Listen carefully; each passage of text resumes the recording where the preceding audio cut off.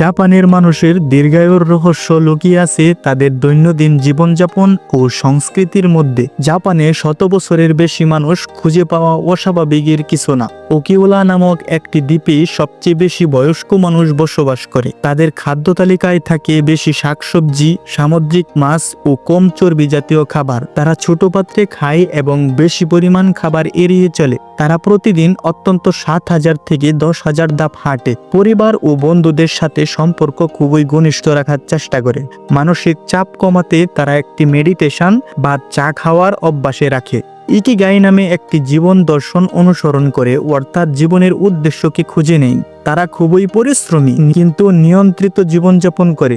এই সব মিলেই তারা সহজেই অসুস্থ হয় না, তাদের আয়ু বেড়ে যায়। জাপানের মানুষ জীবনের জন্য ছোট ছোট আনন্দকে খুঁজে, এটাকে বলা হয় ইকিগাই। তাদের নিজেদের কাজকে তারা নিজেরাই ভালোবাসে এবং বুড়ো বয়সেও করার চেষ্টা করে। সামাজিকভাবে সক্রিয় থাকা তাদের অভ্যাস। ছোট ছোট কাজ যেমন গাছ লাগানো, রান্না করাও তাদের কাছে অর্থপূর্ণ। তারা প্রতিদিন 7 থেকে 8 ঘন্টা ঘুমায় নিয়মিত।